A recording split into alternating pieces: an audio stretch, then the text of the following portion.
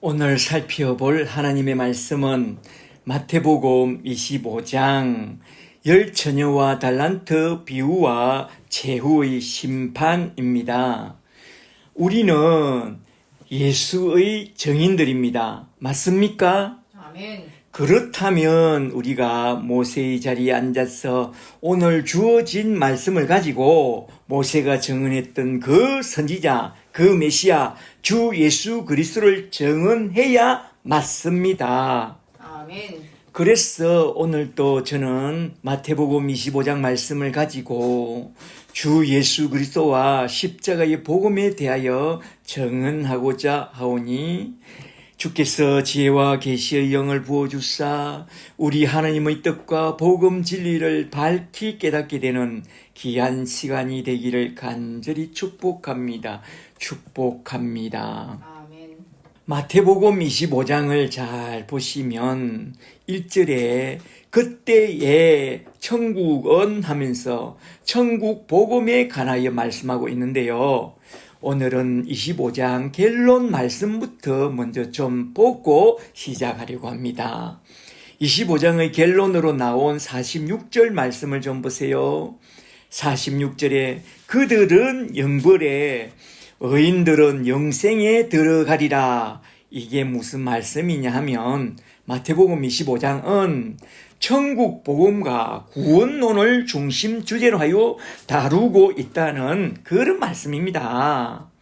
그런 천국 복음과 구원론 관점에서 25장은 크게 세 가지 비유를 중심으로 하여 쭉 전개해 나가고 있는데요. 첫째는 열처녀 비유를 통한 구원론, 말하자면 슬기로운 5처녀와 미련한 처녀들의 구원과 심판에 관한 이야기가 먼저 나오고, 둘째는 달란트 비유를 통한 구원론, 즉 착하고 충성된 종과 악하고 게으른 종의 구원과 심판에 관한 이야기가 딱 나오고, 셋째는 양과 염소의 비유, 말하자면 의인과 악인의 심판과 구원에 관한 이야기가 쭉 나오면서 예수를 믿음으로 구원받은 신자들이, 말하자면 천국 지점인 주님의 교회 사람들이 말세에 어떻게 살아가야 하는가에 대하여 쭉 교훈하고 있는데요. 오늘은 이러한 세 가지 비유를 중심으로 하여 한번 쭉 살펴보고자 합니다. 한번 잘 들어보세요. 첫째로 먼저 첫 번째 대지로 넘어가서 마태복음 25장 1절부터 13절에 나온 열처녀 비유부터 한번 좀 살펴보도록 하겠습니다. 먼저 25장 1절부터 좀 보세요. 1절에 그때에 천국은 마치 등을 들고 신랑을 맞으러 나간 열처녀와 같다 하리니 그 중의 5은 미련하고 5은 설기 있는 자라. 미련한 자들은 등을 가지되 기름을 가지지 아니하고 설기 있는 자들은 자기 그릇에 기름을, 성령의 기름을 담아 등불, 말씀의 등불과 함께 가져갔더니 신랑이 드디 오므로 다 졸며 잘세. 밤중에 소리가 나되 보라 신랑이로다 맞으러 나오라 하매 이에 그 처녀들이 다 일어나 등을 준비할세. 미련한 자들이 설기 있는 자들에게 이르되 우리 등불이 꺼져가니 너희 기름을 좀 나누어 달라 하거늘 설기 있는 자들이 대답하여 이르되 우리와 너희가 쓰기에 다 부족할까 하노니. 이 성령의 기름은 형제도 부모도 나눌 수 없습니다. 그러니 차라리 파는 자들에게 교회에 가서 너희 쓸 것을 사라 하니 그들이 사러 간 사이에 신랑이 오므로 준비하였던 자들은 함께 혼인잔치에 어린 양의 혼인잔치에 들어가고 문이 닫힌지라. 그 위에 남은 처녀들이 와서 이르되 주여 주여 우리에게도 문을 열어주소서. 대답하여 이르되 진실로 너희에게 이르노니 내가 너희를 도무지 알지 못하노라. 마태복음 7장 23절에서도 이와 똑같이 말했죠. 내가 그들에게 밝히 말하되 내가 너희를 도무지 알지 못하니 불법을 행하는 자들아 나를 떠나가라. 그렇게 말했죠. 13절에 그런저 깨어있으라 너희는 주님 다시 오실 그날과 그 때를 알지 못하느니라. 13절까지. 여기서 먼저 그때에 하면서 시작하는 이 단어가 참 중요한데요. 그때는 마태복음 25장을 여는 참 중요한 키워드라는 것을 한번 좀 깊이 생각해보고 넘어가는 게 참 좋겠습니다. 잘 들어보세요. 그때란 언제냐 하면 앞장 24장에서 예수님이 감난산 위에 있는 바위에 걸터 앉아서 종말에 대하여 이야기할 때인데요. 그때에 두 가지 예를 들고 나왔죠. 첫째는 두 남자와 두 여자 이야기입니다. 24장 40절을 좀 보세요. 40절에 그때에 두 남자가 밭에 있음에 한 사람은 데려가고 한 사람은 버려둠을 당할 것이요. 41절에 두 여자가 맷돌질하고 있음에 한 사람은 데려가고 한 사람은 버려둠을 당할 것이라. 여기서 주님은 분명하게 선택과 유기에 대하여 딱 선포하고 있습니다. 선택과 유기, 군론이죠. 그리고 둘째로 들고 나온 이야기는 충성되고 지혜로운 종과 어리석고 악한 종에 관한 이야기인데요. 24장 45절을 좀 보세요. 45절에 충성되고 지혜로운 종이 되어 주인이 맡겨준 그 집안 사람들을 때를 따라 양식을 나눠줄 자가 누구냐. 주인이 올 때 이렇게 하는 그 종을 보면 그 종에게 복이 있으리라.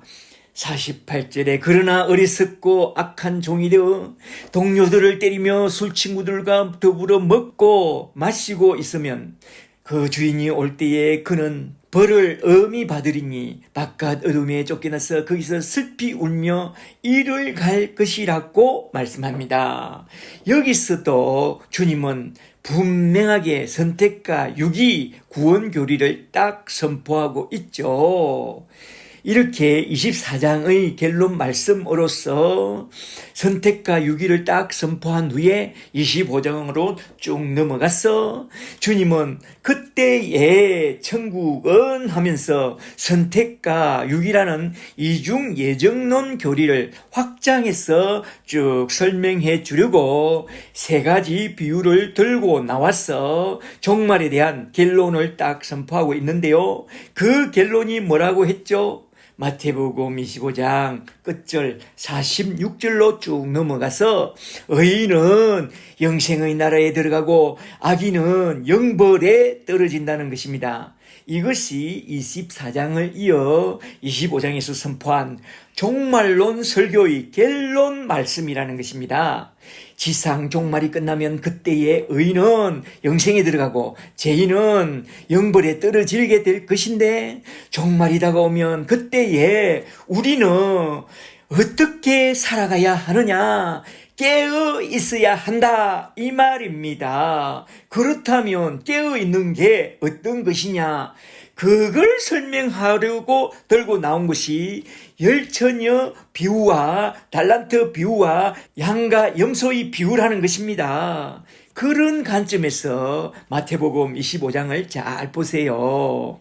25장 1절에 그때의 천국은 말하자면 천국의 지점인 교회 사람들은 마치 등불을 들고 신랑을 맞으러 나간 열 처녀와 같다라고 하면서 성령의 기름과 말씀의 등불을 잘 준비하고 있는 깨어있는 슬기로운 다섯 처녀와 그걸 준비하지 못한 미련한 다섯 처녀를 비교하면서 과연 깨어있는 것이 무엇인지 그걸 쭉 이야기해 주고 있는데요. 잘 보세요.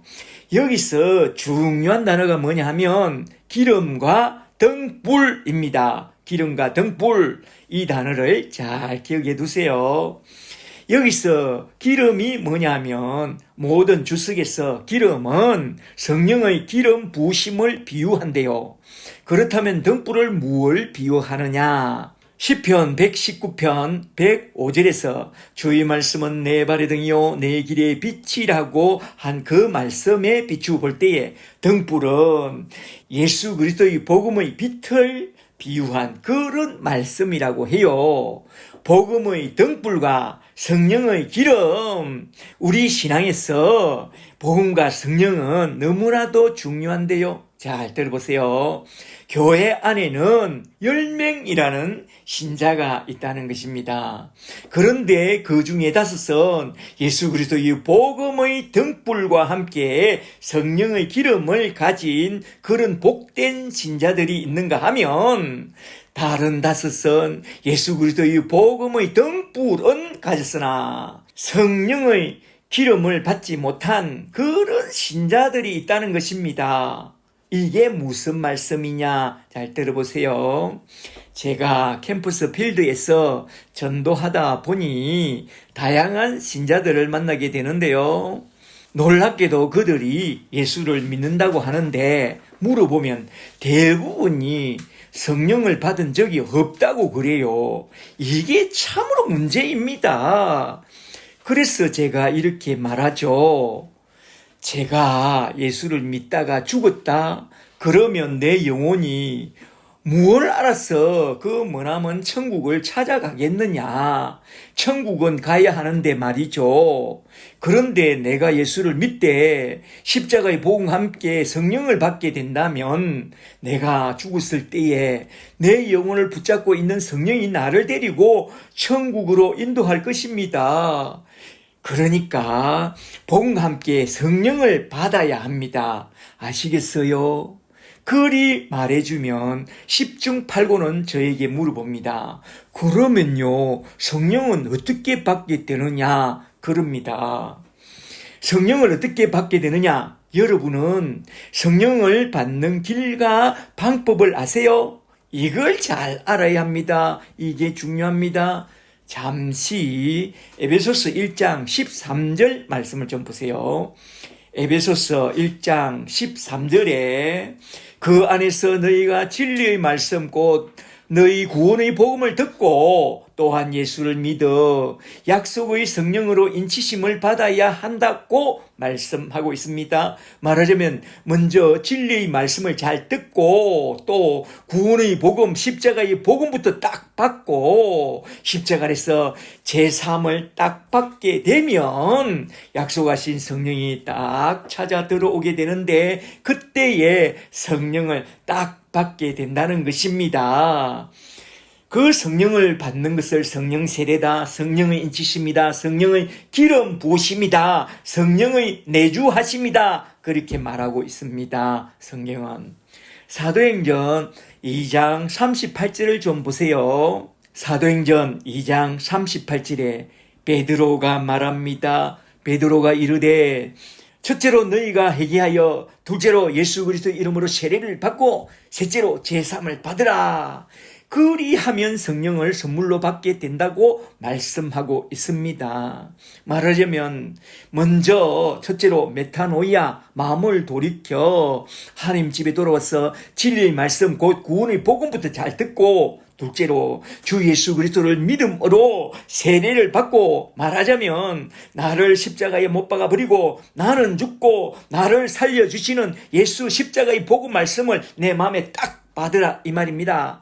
그리하면 셋째로 예수 그리스도의 이름으로 제3을 받게 되는데요. 그렇게 해서 구원의 복음, 십자가의 복음 말씀이 내 안에 딱 들어올 때에 새겨질 때에 성령도 함께 내 속에 싹 들어오게 된다 이 말입니다. 그리하여 성령의 인치심을 받게 된다 이겁니다. 예수를 믿되 성령을 받으라는 이 말씀은 우리 예수님이 친히 하신 말씀입니다. 누누이 말씀했죠. 요한복음 16장 7절을 좀 보세요. 제후의 만찬 석상에서 이렇게 말씀합니다. 요한복음 16장 7절에 내가 너에게 실상을 말하노니 내가 떠나가는 것이 너에게 유익이라. 내가 떠나가지 아니하면 보혜사 성령이 너에게 오시지 아니할 것이요 내가 가면 내가 그를 보혜사 성령을 너에게로 보내리라 라고 말씀했습니다. 그리고 요한복음 20장 22절을 좀 더 보세요. 예수님이 부활하신 첫날 밤 저녁에 마가다락방에 모여 오돌오돌 떨고 있는 제자들에게 썩 나타났어. 그의 부활하심을 보여준 후에 이렇게 말씀합니다. 요한복음 20장 22절에 이 말씀을 하시고 그들을 향하여 숨을 내쉬며 이르시되 성령을 받으라 라고 말씀합니다. 성령을 받아야 한다 이 말이죠. 그리고 사도행전 1장 4절에서 예수님이 성천하기 바로 직전에 또 이렇게 말씀합니다. 사도행전 1장 4절에 사도와 함께 모였을 때에 그들에게 분부하여 이르시되 예루살렘을 떠나지 말고 내게서 들은 바 아버지께서 약속하신 것을 기다리라. 요한은 물로 세례를 베풀었으나 너희는 몇 날이 못되어 성령으로 세례를 흠뻑 받게 되리라. 그리고 8절에 그리하여 성령이 너희에게 임하시면 너희가 성령의 권능을 받고 예루살렘과 온 유대와 사마리아와 땅끝까지 이르러 내 증인이 되리라 하면서 성령을 받아라. 성령을 받아야 한다 라고 강력하게 말씀했습니다. 그렇다면 어떻게 하면 성령을 받게 됩니까? 그걸 좀 말씀해 주세요, 목사님. 저는 구원의 말씀, 십자가의 복음도 들었고 예수의 이름으로 세례도 받았고 십자가 앞에서 제사함도 받았습니다. 그런데 어떻게 하면 성령을 받게 됩니까, 목사님? 그게 참 답답하시죠? 제가 잘 알려드리지요. 그러면서 누가복음 11장 9절을 펴서 이렇게 말씀합니다. 누가복음 11장 9절을 잘 보세요.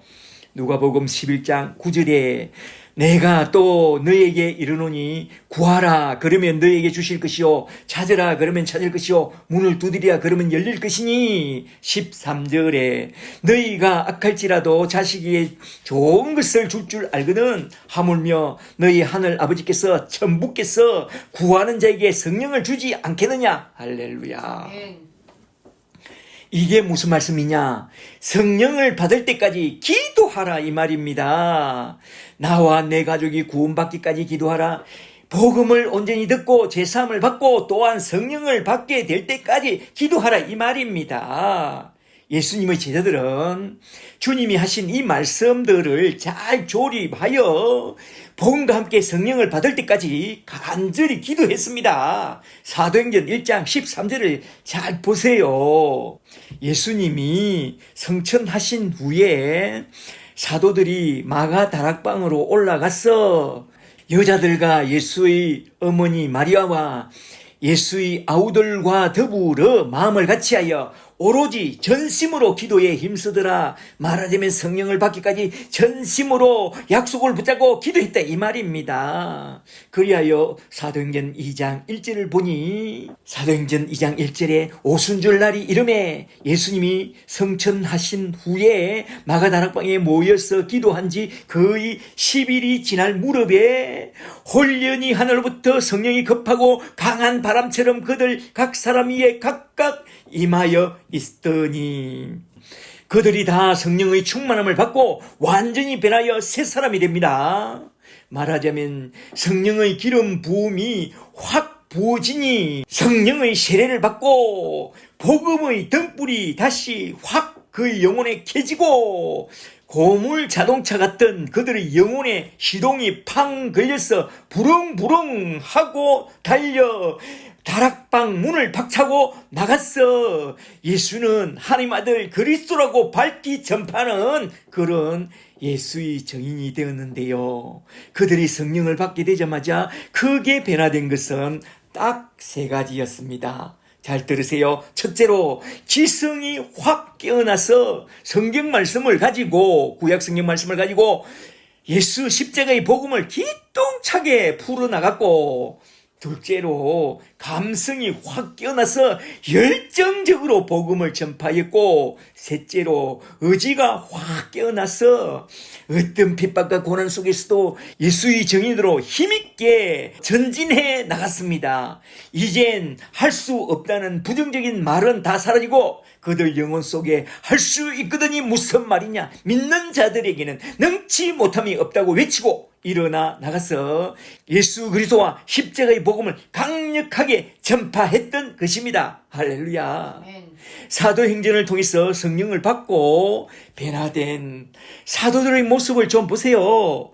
달라져도 뭔가 크게 달라졌습니다. 이전과 지금이 달라졌습니다.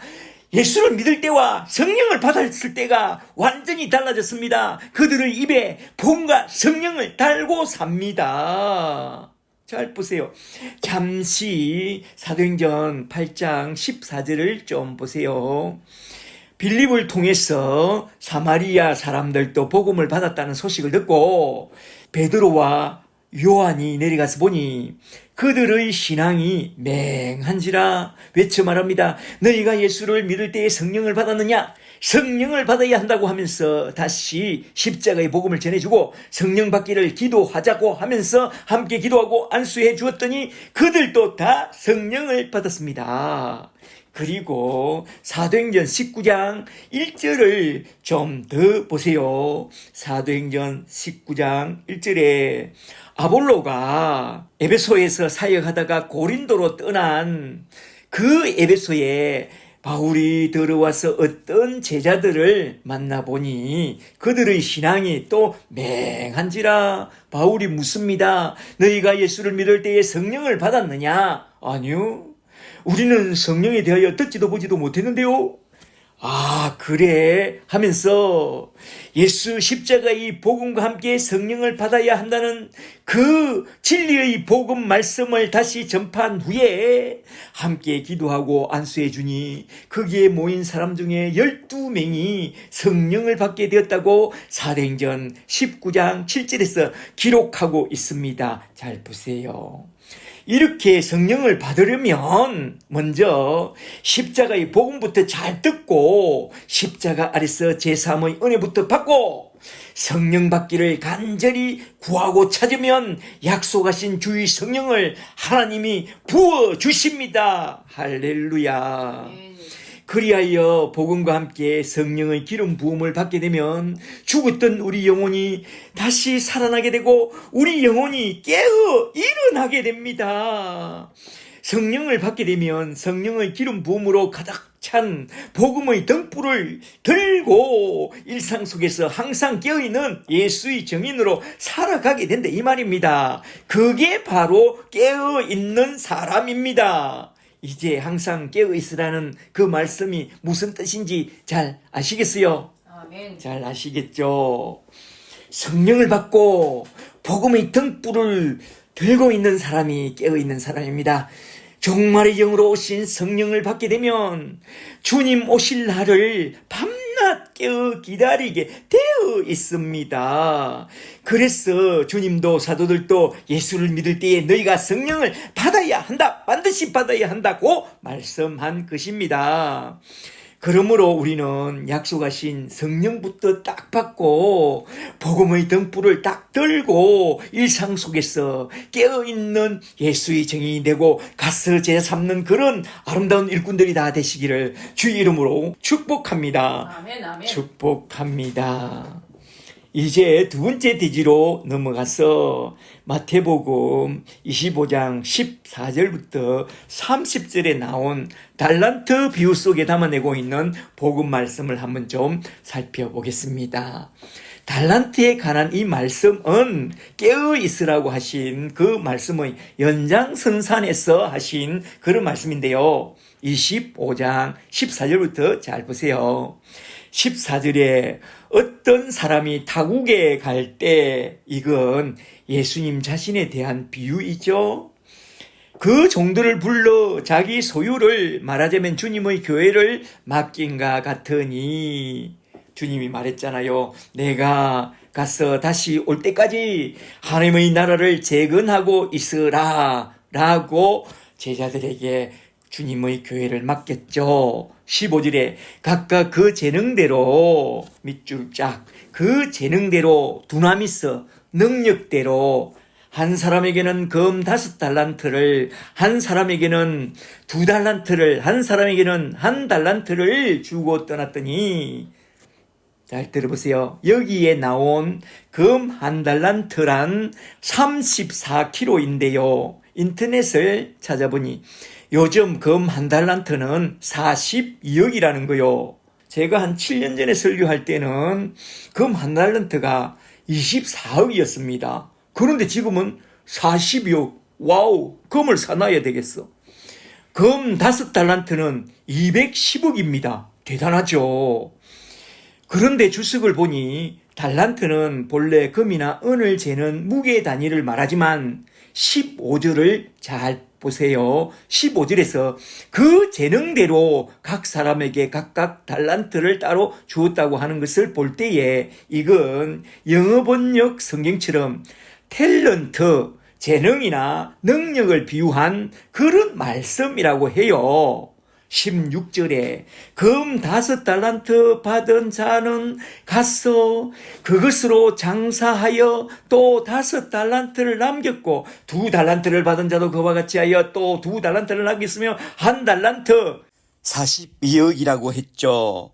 42억을 받은 자는 가서 땅을 파고 그 주인의 돈을 감추어 두었더니 오랜 후에 그 주인이 돌아와 그들과 결산할세 밑줄 자 그들과 결산할세 20절에 5달란트 받았던 자는 5달란트를 더 가지고 와서 이르되 주인이여 내게 5달란트를 주셨는데 보소서 내가 또 5달란트를 남겼나이다.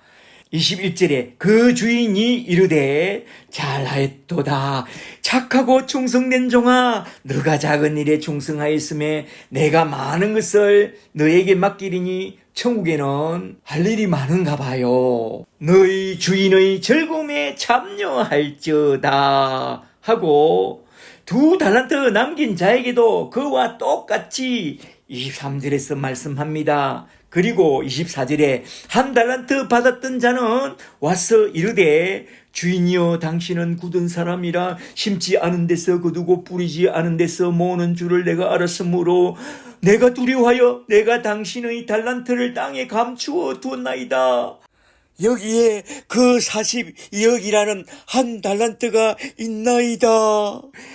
그 주인이 대답하여 이르되 악하고 게으른 종아 나는 심지 않은 데서 거두고 뿌리지 않은 데서 모으는 줄로 알았느냐. 그러면 마땅히 내 돈을 치리하는 이자놀이하는 자들에게 맡겼다가 내가 돌아올 때에 내 원금과 이자를 받게 하였을 것이니라 하고 그에게 그 1달란트를 딱 빼앗아서 10달란트를 가진 자에게 주라 하고 29절에 무릇 있는 자는 받아 풍성하게 되고 말하자면 풍성한 하나님 나라 천국에 들어가게 되고 없는 자는 그 있는 것까지 빼앗기리니 지옥에 떨어진다. 30절에 이 무익한 종을 바깥 어두운 데로 내쫓으라. 거기서 슬피 울며 이를 갈게 되리라. 여기에 나온 달란트 비유는 우리가 너무나도 자주 들어온 그런 비유인데요. 달란트 시장도 있잖아요. 교회에 가면 교회 학교에. 그렇다면 이 달란트 비유는 우리가 자주 들어온 것처럼 착하고 충성된 종이라고 칭찬받고 큰 상급을 받도록 열심 봉사 충성 헌신을 부추기는 그런 말씀이냐? No, 전혀 아니올시다. 이 말씀은 종말론을 설교하다가 결론적으로 들고 나온 구원 교리에 관한 말씀입니다. 잘 들어보세요. 구원받기 위하여 착하고 충성된 종이라고 칭찬받도록 열심히 충성하고 봉사하라고 그런 말씀이 아닙니다. 이 말씀은 또 장차 천국에 올라가서 큰 상급을 받으려면 열심히 충성하고 봉사하여 착하고 충성된 종이라고 인정받아야 한다고 하는 그런 말씀도 아니올시다. 잘 보세요. 아시겠어요? 이 말씀은 종말에 천국에 가느냐 아니면 지옥에 떨어지느냐 그 문제를 다루면서 종말론 차원에서 두 부류의 사람, 말하자면 택한 자와 유기된 자는 어떤 부류의 사람들인가 그걸 보여준 말씀입니다. 그 사고와 사상을 보여준 말씀이죠. 종말에 가서 결산할 때 주님이 그들을 평가하면서 상급을 주고 벌을 주는 것을 잘 보세요. 첫째로 먼저 5달란트와 2달란트를 남긴 자들을 칭찬하면서 주신 그 상급을 한번 잘 보세요. 놀랍게도 이 두 사람에게 하신 말씀이 똑같습니다. 똑같다는 것입니다. 21절과 23절을 잘 비교해 보세요. 21절에 그 주인이 이르되 잘하였도다 착하고 충성된 종아 너가 적은 일에 충성하였음에 내가 많은 것을 너에게 맡기리니 천국에서도 할 일이 있나 봐요. 너에게 많은 것을 맡기리니 너희 주인의 즐거움에 참여할지어다 라고 말씀합니다. 23절에서도 똑같이 말씀합니다. 2달란트를 남긴 사람에게 21절과 23절을 한번 잘 비교해 보세요. 똑같아요. 왜 똑같이 말했을까요? 이유가 있습니다. 종말에 가서 결산할 때 이 두 사람에게 주신 상급은 딱 하나, 내 주인의 즐거움에 참여하라. 천국에서도 할 일이 많다. 이게 무슨 말씀인지 잘 아시죠? 그 상급은 주님의 복된 천국에 참여시켜 주겠다는 그런 말씀입니다. 온 세상 천지에서 천국에 들어가는 그 상급보다 더 큰 상급이 세상에 어디 있겠어요? 아니면 지옥인데. 그리고 둘째로 1달란트 받아서 땅에 묻어둔 악하고 게으른 종에게 하신 말씀을 잘 보세요. 26절에 그 주인이 대답하여 이르되 이 악하고 게으른 종아 내가 심지 않은 데서 거두고 부리지 않은 데서 모으는 줄을 알았느냐? 너는 주인의 뜻도 모르냐? 이 무식한 놈아! 라고 말씀합니다. 그리고 30절에서 말씀하죠. 30절에 이 무익한 종을 바깥 어두운 데로 내쫓으라. 거기서 슬피 울며 이를 갈리라. 주인의 뜻도 모르고 악하고 게으르고 무익하게 산 자들의 상급은 지옥밖에 없다고 선포합니다. 선택과 유기, 천국과 지옥을 선포한 말씀이 달란트 비유다 이 말입니다. 이렇게 두 종류의 사람을 평가하는 것을 잘 보시면 얼마나 열심히 충성, 봉사, 헌신해서 얼마나 많이 남겼느냐 그에 대한 평가는 전혀 없고 주인의 뜻에 순종했느냐 제 멋대로 했느냐 그에 대한 평가만 딱 나옵니다. 잘 보세요. 말하자면 우리 주님이 부활성천하기 직전에 남긴 말씀을 잘 보세요. 사도행전 1장 3절에 부활성천하기 전에 제자들에게 말합니다. 하나님 나라의 일을 부탁합니다. 말하자면 내가 다시 돌아올 때까지 하나님 나라를 재건하는 일을 하고 있으라. 그리하면 내가 올 때에 너에게 상급이 있으리라 하면서 그의 제자들에게 어떤 이들에게는 1달란트를 어떤 이들에게는 2달란트를 또 다른 이에게는 5달란트를 주고 떠나면서 내가 돌아올 때까지 장사하라. 말하자면 하나님 나라를 재건하는 일을 잘 감당하라고 맹하신 후에 하늘로 쓱 들려 올라갑니다. 그렇다면 주의 종들은 주님이 맹하신 그 일을 해야지 하나님 뜻대로 살아야지 엄한 일을 해서 되겠어요? 그러면 안 된다 이 말입니다. 생각을 잘 해라 이 말입니다. 주님이 맡겨주신 복음을 전하면서 늘 깨어있는 사람은 착하고 충성된 종이요 엄한 일을 하고 싸돌아다니는 자는 악하고 게으른 종이라고 열심히 충성봉사하지만은 악하고 게으른 종이라고 책망 듣고 심판까지 받게 된다는 그런 말씀입니다. 잘 보세요.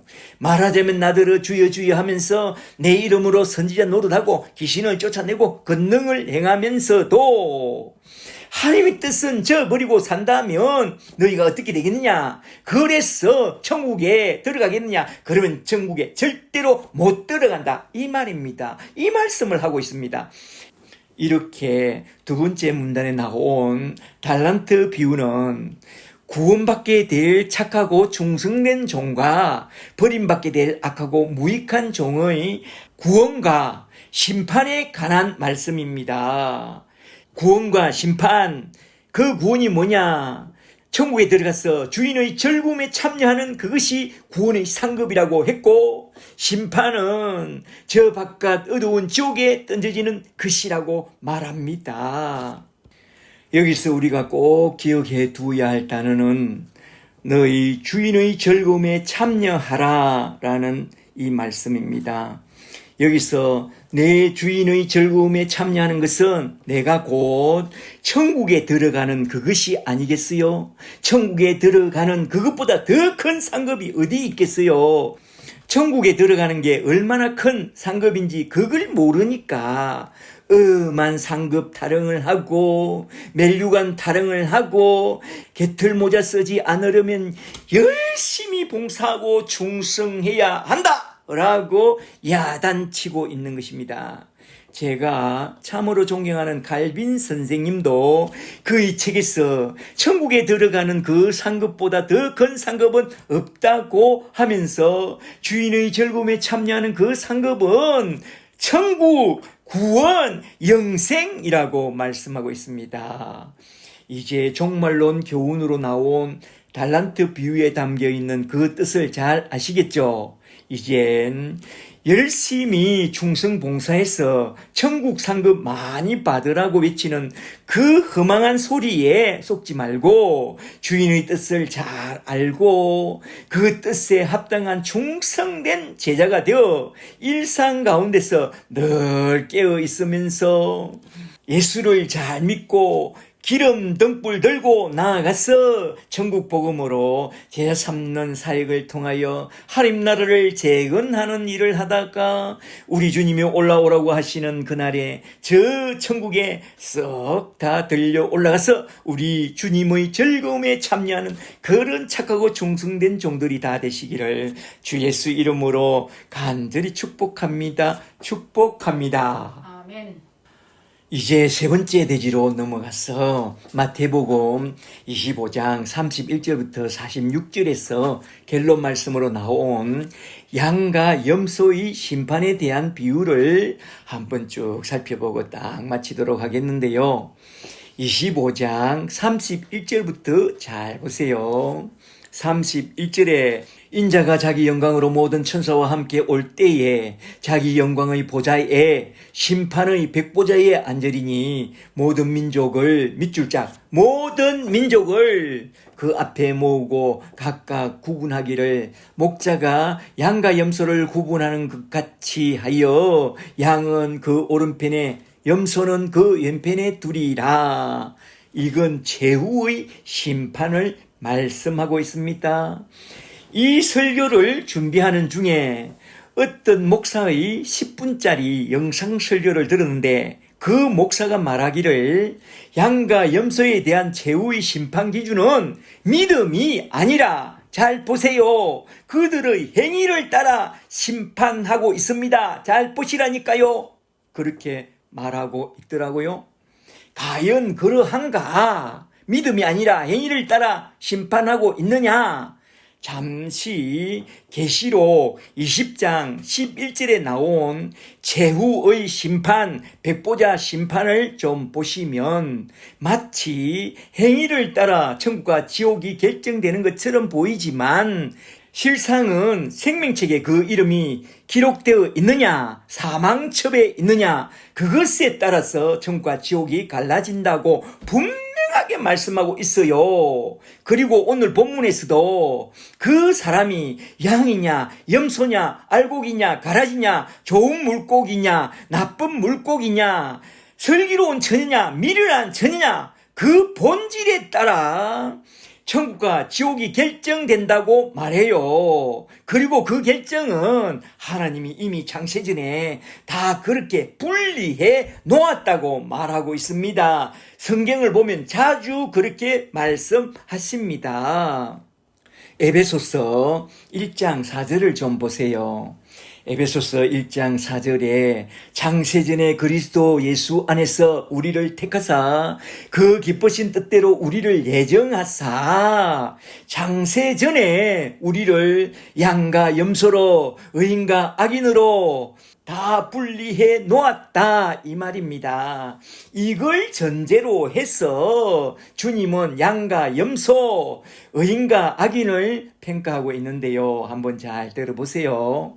34절에 그때의 임금이 그 오른편에 있는 자들에게 이르되 내 아버지께 복 받을 자들이여 나와 장세로부터 너희를 위하여 예비된 나라를 천국을 상속받으라.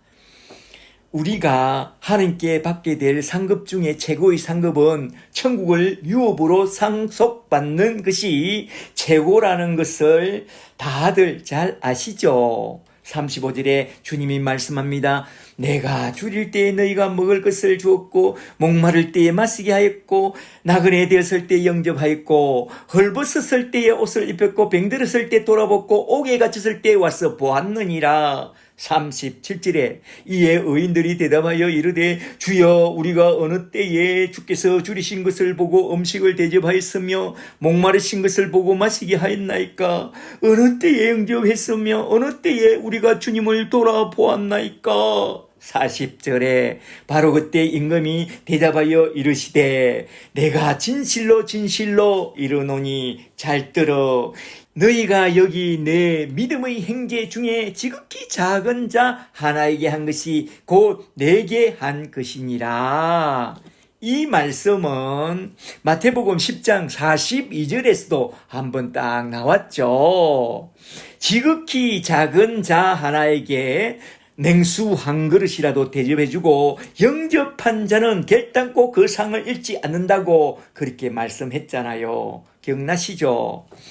이 말씀을 가만히 잘 들어보면 이건 주님이 우리들에게 해주신 그런 일들입니다. 잘 생각해 보세요. 우리가 줄일 때 주님이 먹을 것을 주셨고 목마를 때에 마실 것을 주셨고 나그네 되었을 때에 집이 없어 쫓겨났을 때에 영접해 줬고 헐벗었을 때에 입혀주셨고 병들었을 때에 돌아보셨고 갇혔을 때에 와서 돌봐주었습니다. 말하자면 우리가 줄이고 목마르고 집도 없고 헐벗고 병들고 갇혀서 큰 고난을 받게 됐을 때에 주님이 우리를 찾아오셨고 그리하여 우리가 주님을 만나게 되었고 구원까지 받게 된 것입니다. 할렐루야. 주님은 바로 이걸 말씀하고 있습니다. 말귀를 잘 알아들어야 합니다. 그러므로 너희도 받은 그 큰 은혜를 가지고 나갔어. 줄이고 목마르고 헐벗고 병들고 심한 고난 속에 헤매는 그런 심령이 가난한 자들의 행편을 좀 돌아봐주고 돌봐주고 또한 자신이 받은 그 천국 복음도 잘 나눠주고 가서 예수 그리스도 이름으로 제자를 삼아 그들을 구원의 나라로 인도한다면 구원이 중요합니다. 주님은 잘하였도다. 내 아버지께 복을 받은 자들이여 이제 그만하고 이리로 올라와서 장시로부터 예비한 하늘나라 천국을 기업으로 상속받으라고 말씀하실 것입니다. 이렇게 사는 사람이 일상 속에서 깨어있는 신자요 하나님의 뜻대로 사는 그런 깨어있는 신자라는 것입니다. 깨어있는 자가 누군지 이야기하려고 이 이야기를 들고 나온 것입니다. 이 말씀은 열심히 충성하고 봉사하면 천국을 상급으로 받게 된다는 그런 말씀이 아닙니다. 사람들은 종종 열심히 한 것만큼 봉사한 것만큼 이 세상에서도 복을 받고 천국에 가서도 큰 상을 받는다고 하면서 선한 공덕을 많이 쌓아야 한다고 그렇게 열심을 부추기는데요. 과연 그게 맞는 건가요? 우리 자신을 한번 잘 돌아보세요. 우리는 누굽니까? 죄인들입니다. 차나 깨나 죄만 짓는 그런 죄인들입니다. 구원 전에나 구원받은 후에나 그런 존재들입니다. 참 연약하죠. 넘어지고 자빠지는 자나깨나 죄만 짓는 그런 죄인들입니다. 제가 존경하는 칼빈 선생님의 책 기독교 강요에서 우리는 해결을 하려고 엎드려 기도하는 그 순간에도 방구나 뿡뿡 끼면서 더 많이 외식하는 그런 죄를 범하는 그런 치명적인 죄인들이기 때문에 하나님의 복을 받을 만한 일은 한 개라도, 단 한 개라도 할 수 없는 그런 죄인들이라고 했습니다. 그런 우리가 구원을 받게 된 것은 십자가에서 우리 주님이 베풀으신 그 은혜 외에는 도무지 생각할 수 없다고 했습니다. 그런 우리 죄인이 열심 충성 봉사 헌신한다고 복받고 천국에 가서도 상 받는다고요? 그럴 수 없느니라. 십자가의 은혜로 구원해 주지 않는다면 우리가 받을 것은 저주밖에 없습니다. 심판밖에 없습니다. 아시겠어요? 이젠 저 주다이즘에서 나온 저 공덕 사상은 저 아골 골짜기에다가 다 갖다 던져 버리시고 그저 예수 십자가의 복음만 붙잡고 늘 주님의 은혜에 감사하면서 살아가시기를 주 이름으로 축복합니다. 그리고 우리가 어쩌다가 예수를 믿게 된 것은 하나님이 창세전에 미리 택하시고 예정하시고 불러주사 그래서 예수를 믿게 된 것이요. 우리 공로는 하나도 없습니다. 현재 우리가 받게 될 상급 중에 최고의 상급은 현재의 십자가 아래서 제3의 복음과 함께 성령을 딱 받아서 주님의 즐거움에 참여하는 전도자가 되는 그게 최고의 상급이요. 전도해보세요. 얼마나 좋고 기쁜지. 한 명이 전도의 복음을 받을 때 내 영혼이 막 폭발합니다. 또 장차 우리가 받게 될 상급 중의 최고의 상급은 하늘나라 천국에 입성하여 우리 주님의 즐거움에 참여하는 그게 최고의 상급입니다. 이건 성령으로 거듭난 자만 알 수 있는 특급 비밀입니다. 할렐루야. 이 비밀을 소유하는 저와 여러분이 되시기를 주 이름으로 축복합니다.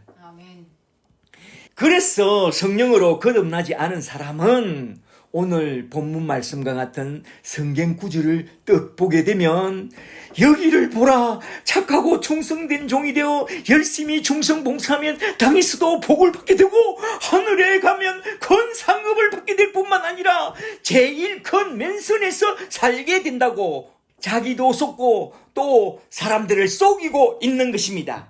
그러므로 그런 거짓 선지자들에게 속지 마시고 먼저 복음과 함께 성령부터 딱 받고 진리의 말씀을 밝히 깨달아 기름 등불 들고 예수님의 제자가 되고 제3는 그런 일꾼이 되시기를 주 이름으로 축복합니다. 아멘. 성령을 어떻게 받는지 그건 앞에서 한번 다루었죠. 복음과 함께 성령부터 받으라. 넘어갑니다. 끝으로 마태복음 25장 41절을 좀 더 보고 딱 마치도록 하겠습니다. 마태복음 25장 41절에 또 왼편에 있는 자들에게 이르시되 저주를 받은 자들아 나를 떠나 마귀와 그 사자들을 위하여 밑줄 쫙 나를 떠나 마귀와 그 사자들을 위하여 예비된 영영한 불의 지옥 불못에 들어가라. 내가 줄일 때에 너희가 먹을 것을 주지 아니하였고 목마를 때에 마시게 하지 아니하였고 나그네 되었을 때에 영접하지 아니하였고 헐벗었을 때에 입히지 아니하였고 병들었을 때와 옥에 갇혔을 때에 돌아보지 아니하였느니라 하시니 그들도 대답하여 이르되 주여 우리가 어느 때에 주께서 줄이신 것이나 목마르신 것이나 나그네 되신 것이나 헐벗으신 것이나 병드신 것이나 옥에 갇히신 것을 보고 공랑하지 아니하더이까. 45절에 이에 임금이 대답하여 이르시되 내가 진실로 진실로 너희에게 이르노니 이 지극히 작은 자 하나에게 하지 아니한 것이 곧 내게 하지 아니하였느니라. 너희는 지극히 작은 자를 무시하였느니라. 46절에 너희는 영벌에 의인들은 영생에 들어가리라 하시니라. 아멘. 저 왼편에 서 있는 염소들이 하는 말을 한번 잘 들어보세요. 오른편에 서 있는 양들이 하는 말과 정반대입니다. 그들은 턱을 떡 들고 말합니다. 언제 내가 대접하지 않았나요? 내가 언제? 나 구제 많이 했어요. 전도도 많이 했어요. 1회에 2번씩 금식하고 주일 성수와 11조는 당근이고 교회의 열심 봉사 충성 헌신은 물론이요. 때로는 길 모퉁이에 서서 나팔 불고 북치고 장구치고 가부와 고아와 가난한 자를 돌아보았고 줄이고 목마르고 헐벗고 병든 자들도 돌아보았습니다. 마태복음 19장에 나온 그 부자 청년이 주님 앞에서 그렇게 말했잖아요. 나 구제 많이 했다고. 그때 주님이 뭐라고 그랬죠? 알았다, 알았어. 너가 수바이처처럼 많은 일을 했고 테레사 추녀처럼 선을 많이 베풀었고 밥퍼주는 그 목사처럼 선을 많이 베푼 것을 내가 다 지켜보았다. 그런데 말이다. 마태복음 7장 21절에서 내가 한 말을 들어보았느냐? 다시 한번 잘 들어보라. 이게 중요하다.